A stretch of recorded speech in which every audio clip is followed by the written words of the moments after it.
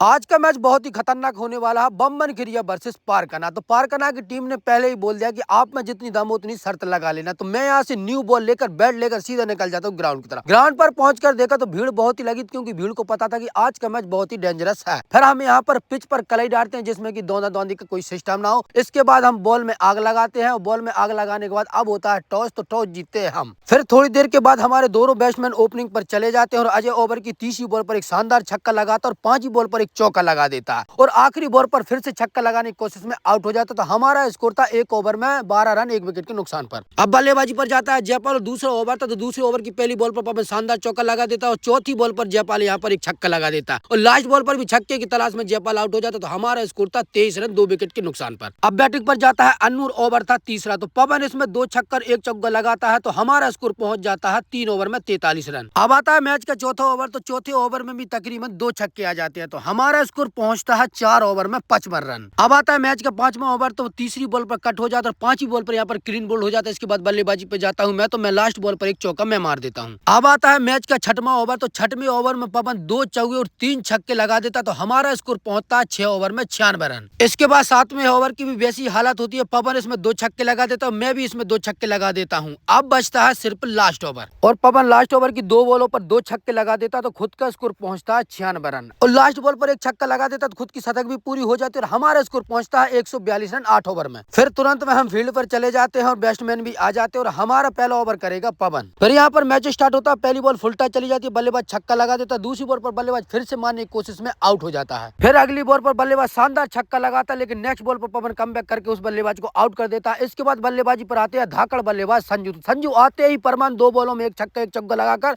सामने वाली टीम का स्कोर था 1 ओवर में 22 रन 2 विकेट के नुकसान पर। अब ओवर लेकर आता है अन्नू। तो अन्नू की पहली बॉल पर हमको 1 विकेट और मिल जाता है। फिर पांचवी बॉल पर संजू भाई एक शानदार छक्का लगाते हैं। छठवीं बॉल पर फिर से मारने की कोशिश में कैच उड़ जाता है, लेकिन कैच बेहद रूप से छूट जाता और यह हमारी टीम की सबसे बड़ी गलती थी। अब आता है गेंदबाजी पर जयपाल। तो जयपाल के इस ओवर में संजू भाई 3 छक्के लगा देते हैं। तो सामने वाली टीम का स्कोर पहुंचता है 3 ओवर में 56 रन। अब गेंदबाजी पर आते हैं हमारे कप्तान साहब। तो कप्तान साहब के ओवर में भी संजू भाई 3 छक्के लगा देते हैं। तो सामने वाली टीम का स्कोर था 4 ओवर में 75 रन। थोड़ी हम टेंशन में थे, क्योंकि संजू भाई का विकेट हमको लेना बहुत ही जरूरी था। तो अब हम गेंदबाजी कराते हैं पवन से। तो पवन यहाँ पर पहली बॉल डॉट काटता है, दूसरी बॉल पर बल्लेबाज सिंगल रन ले लेता है। तो संजू भाई स्ट्राइक पर आ जाते हैं और अगली बॉल पर संजू भाई लंबा हिट मारने के चक्कर में वहीं पर पवन के हाथों में कैच आउट हो जाता है और हमको सबसे बड़ी सफलता मिल जाती है। फिर अब गेंदबाजी पर आता है हमारा जयपाल। तो जयपाल यहाँ पर बहुत ही शानदार गेंदबाजी करता है और अपने ओवर से रन देता है मात्र 2। अब 7वां ओवर लेकर आते हैं हमारे कप्तान साहब। तो कप्तान साहब के इस ओवर से हमको 2 विकेट और मिल जाते। तो अब जीत के लिए ये चाहिए तो 6 बॉलों में 52 रन। तो गेंदबाजी पर आता हूँ मैं। तो मैं भी यहाँ पर काफी शानदार गेंदबाजी करता हूँ और यह मुकाबला हम तकरीबन 45 रनों से जीत जाते हैं।